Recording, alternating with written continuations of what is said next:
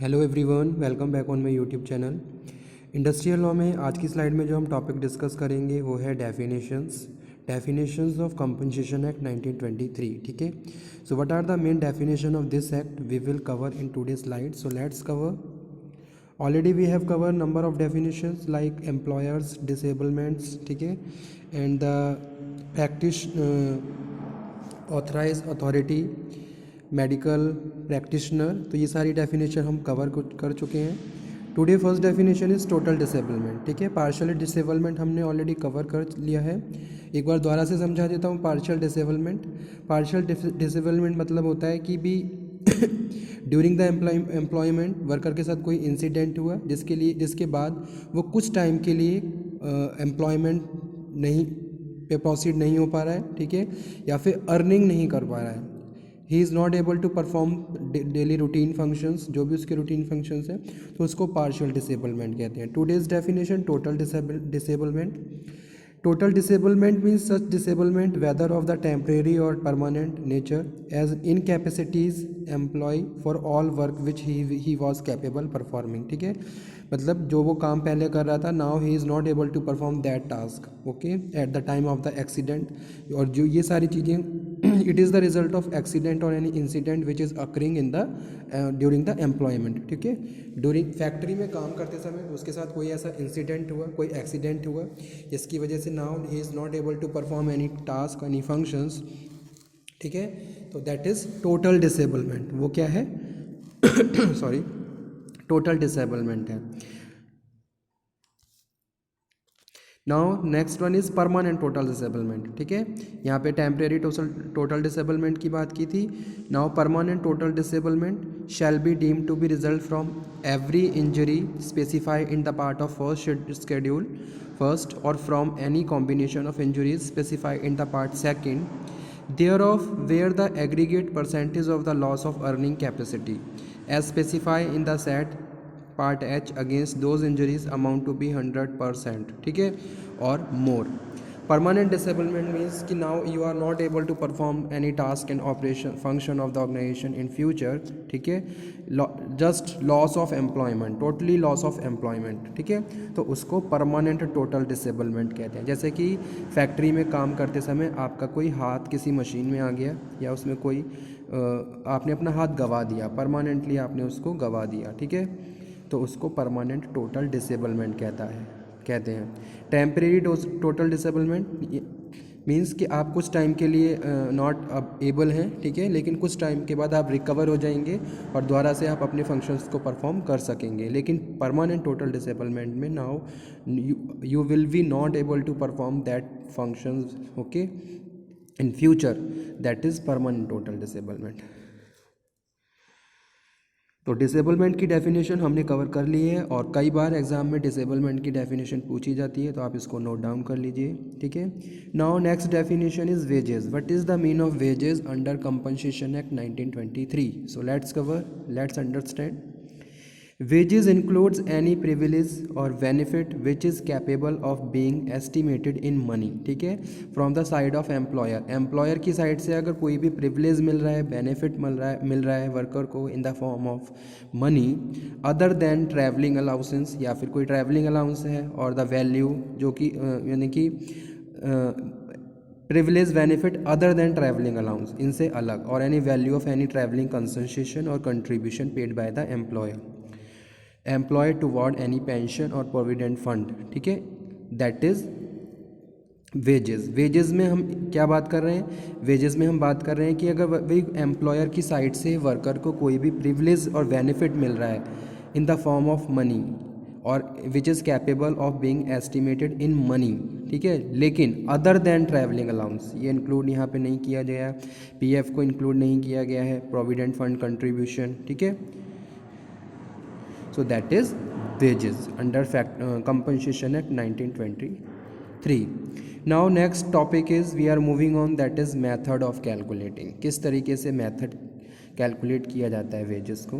ठीक है, in this act for the purpose thereof expression monthly wages means the amount of wages deemed to be payable for a month service. ठीक है, monthly wages का मतलब यहाँ पे ये बताया गया है कि भाई you are working a particular month, whole month you are working, okay, after that your employer is providing you money, ठीक है, उसकी सर्विस जो पूरे महीने आपने सर्विसेज दी हैं उसके बेसिस पे आपको जो भी मनी दी जा रही है in the form of cash या जो है, ठीक है, payable for a month service whether wages are payable by the month or whatever what other period or piece rate calculated, ठीक है, that is monthly wages.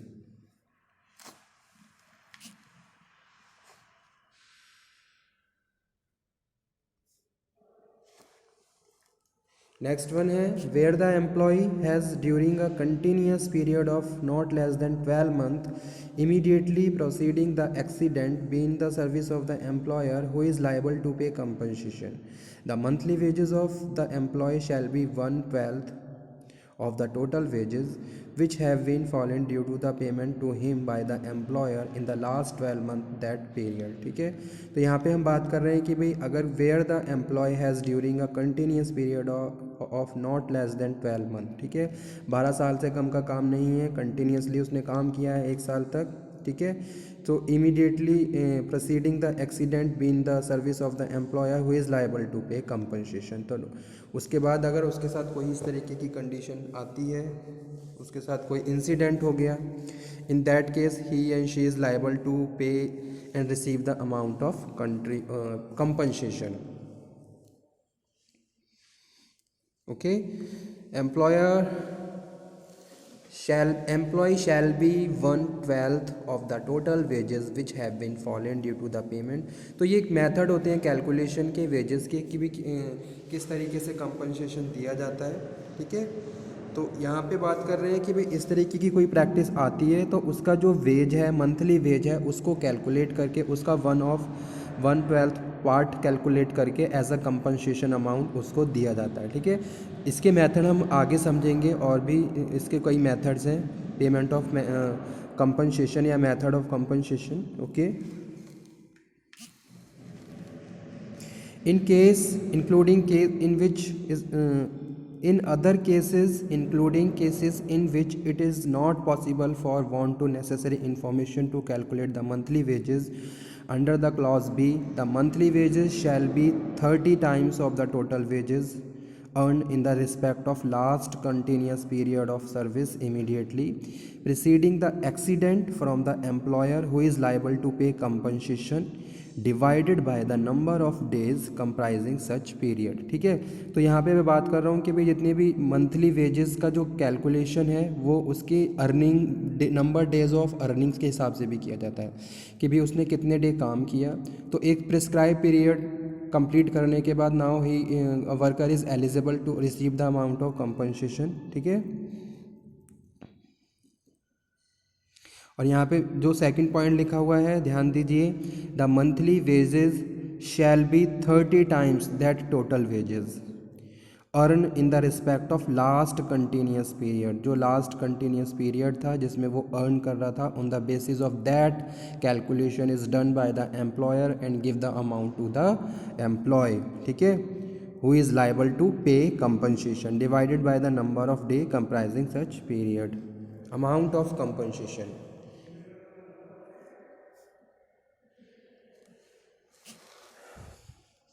Subject to the provision of this act, the amount of compensation shall be follow. First है where death result from the injury, अगर किसी injury के बाद अगर किसी भी वर्कर की डेथ हो जाती है, an amount equal to 50% of the monthly wages of the deceased employee. ठीक है, यानी कि जो उसका जो मंथली वेजेस है उसका 50% अमाउंट एज अ कंपनसेशन उसको दिया जाता है.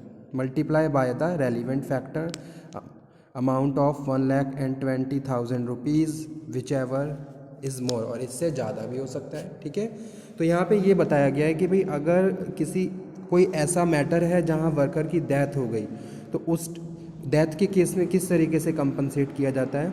तो यहाँ पे साफ साफ लिखा है where death result from the injury.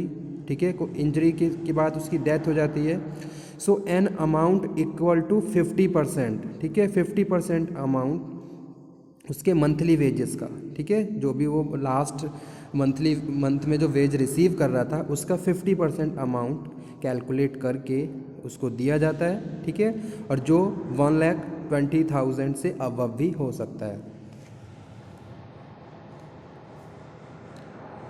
Second है where permanent total disablement result, जहाँ पहली कंडीशन थी डेथ की, दूसरी कंडीशन है परमानेंट डिसेबलमेंट हो गया, जैसे कोई वर्कर्स परमानेंटली डिसेबल हो गया, in that case where permanent total disablement result from the injury an amount equal to 60% of the monthly wages of the injured employee multiply by relevant factor, ठीक है, relevant factor factory खुद decide करती है अपनी condition के हिसाब से कौन कौन सी प्रैक्टिसेस वो अपने वर्कर्स को दे रही थी उसके हिसाब से, और अमाउंट 1,40,000, ठीक है, whichever is more. Third जो कंडीशन है वो है provided that the central government may by notification the official gazette from time to time enhance the amount of compensation, ठीक है, इसमें ये बताया गया है कि भाई जो सेंट्रल गवर्नमेंट है वो भी टाइम टू टाइम कंपनसेशन के अमाउंट में चेंजेस या अमेंडमेंट करते रहते हैं according to the prescribe period और कंडीशन सिचुएशन ऑफ इकोनॉमी, ठीक है। Where permanent partial disablement result from the injury, the case of injury, ठीक है, in part second schedule such percentage of compensation which would have been payable in case of permanent total disablement as specify therein being percentage of loss earning capacity caused by the injury, okay.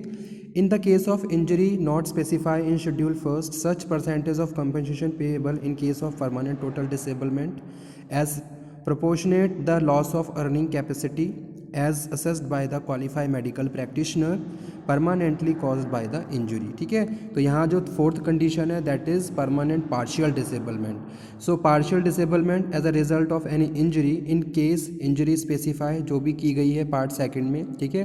तो जो schedule second है compensation act का उसमें injury को define किया गया है कि भी किस तरीके की इंजरी कंसीडर की जाती हैं अंडर कंपनसेशन। तो यहाँ बात कर रहे हैं such percentage of compensation which would have been payable in case of permanent total disablement, उसी तरीके से यहाँ पे भी क्या है ट्रीटमेंट किया जाता है, ठीक है।